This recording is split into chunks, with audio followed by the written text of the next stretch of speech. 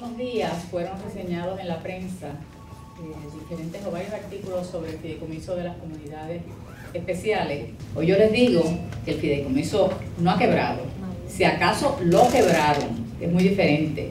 Y si lo quebraron, fue por falta de interés, por negligencia y quizás por razones que yo especulo puedan ser de índole política. Y es indispensable que se haga un informe imparcial y transparente de la obra que se llevó a cabo y el manejo que se le dio a esos fondos. Por otro lado, la anunciada liquidación del fideicomiso perpetuo a favor de las comunidades pobres del país, en lo que a mí respecta, es algo mezquino y posiblemente ilegal.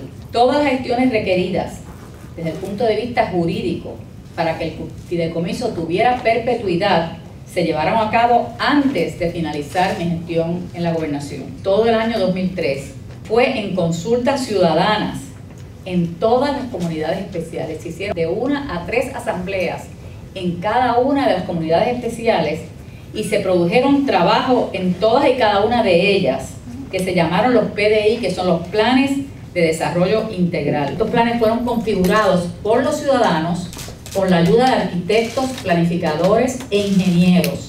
En el año 2004, que es el último año de mi administración, comienza el proceso de planificación para cada proyecto y se inicia la construcción de algunos de ellos. La gran mayoría de los proyectos quedaron pendientes al final del 2004, pero todos sus fondos estaban ya obligados. Se capitalizó con una cantidad inicial de $1.000 millones a través del Banco Gubernamental.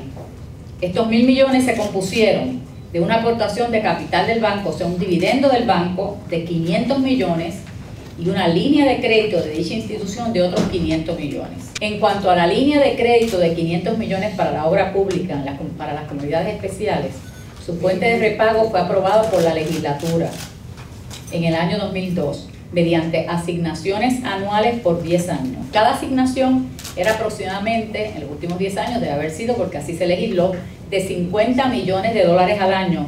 Y esto corresponde, quiero que lo oigan bien, a la mitad del 1% del presupuesto operacional anual del pueblo de Puerto Rico, que es más de 9.000 millones, o sea, $9 billones. Ambas transacciones se hicieron con el conocimiento y el consentimiento de las casas clasificadoras de bonos de Puerto Rico y de nuestros auditores externos. Ese fideicomiso se suponía que se siguiera nutriendo, número uno, de los intereses que estaba generando el dinero que estaba allí, porque el dinero estaba consignado, pero no estaba desembolsado. O sea, había millones de dólares generando millones en intereses en el banco. Número dos, las hipotecas de las casas. La filosofía del apoderamiento y la autogestión es que no se da nada gratis. Todo tiene un valor y todo ciudadano tiene que entender que ese valor es importante y tiene que asumir responsabilidades. Ese programa de hipotecas, he preguntado muchas veces qué pasó con el programa de hipotecas de todas las casas que se iban a construir y no he tenido contestación al respecto. Tercera fuente, podía emitir bonos en contra, o sea, a base de esas hipotecas que tenían. Cuarta, asignaciones adicionales del gobierno central, asignaciones del gobierno federal que con los fondos AGRA se le podría haber dedicado alguna parte de los fondos AGRA, porque esto es para infraestructura, y donativos de instituciones como fundaciones, etcétera, etcétera. O sea, se dejó consignado en la ley cómo se iba a seguir nutriendo de capital. La ley de las comunidades especiales exige que el gobernador o gobernadora de Puerto Rico se reúna mensualmente con todas las agencias de gobierno que tienen que ver con los proyectos de las comunidades especiales y los supervise.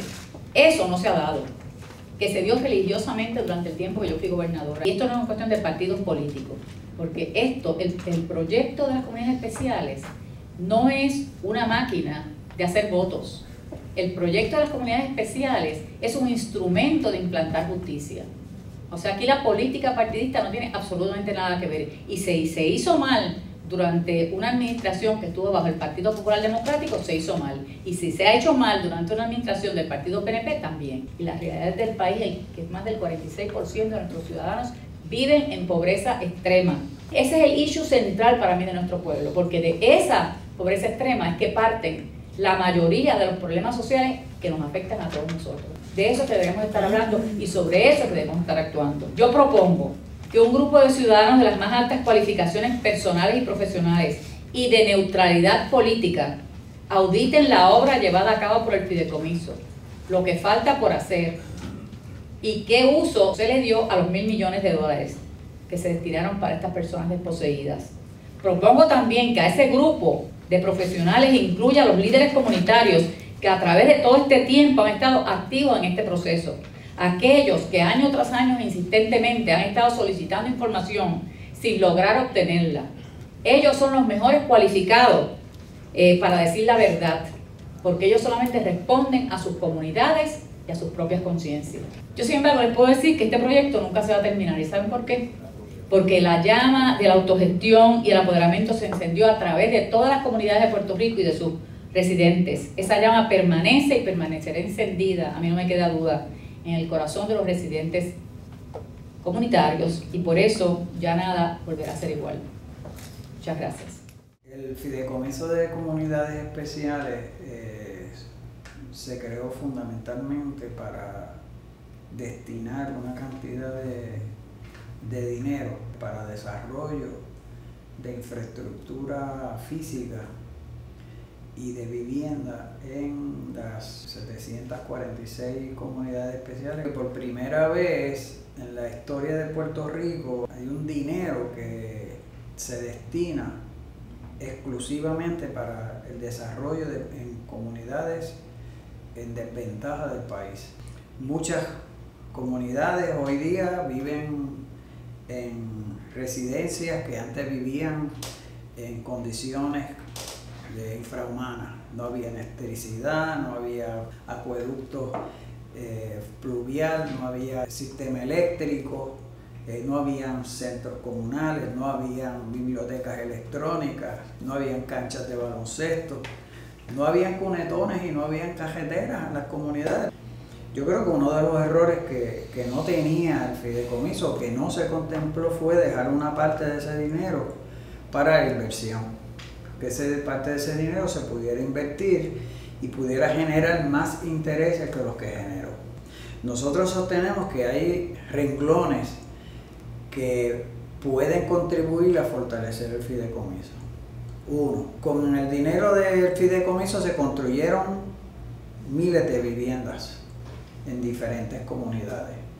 Estas viviendas, las familias tenían que pagar unos $15,000 en una hipoteca a 30 años. Esos intereses están en el Banco de la Vivienda.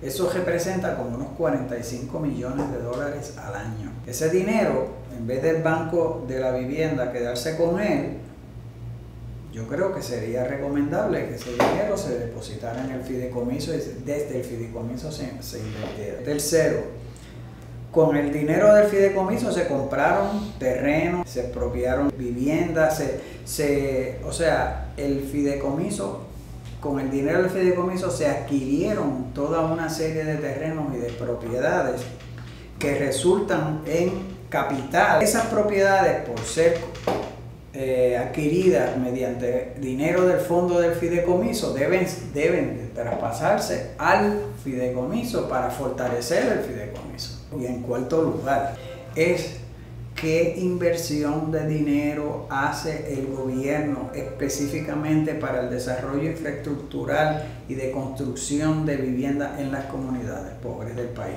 No hay una política pública dirigida a fortalecer y a mejorar las condiciones de vida, de infraestructura, de vivienda en las comunidades pobres. Es importante que el liderato comunitario asuma unas acciones mucho más específicas y mucho más contundentes, ¿verdad? En términos de movilización estoy hablando, para la defensa de este instrumento del fideicomiso y también del proyecto y del programa de comunidades especiales que ha sido prácticamente desmantelado por esta administración y que en la administración de Aníbal Acevedo Vilá pues se le quitó peso y le quitó, ¿verdad?, entusiasmo y prácticamente lo limitó.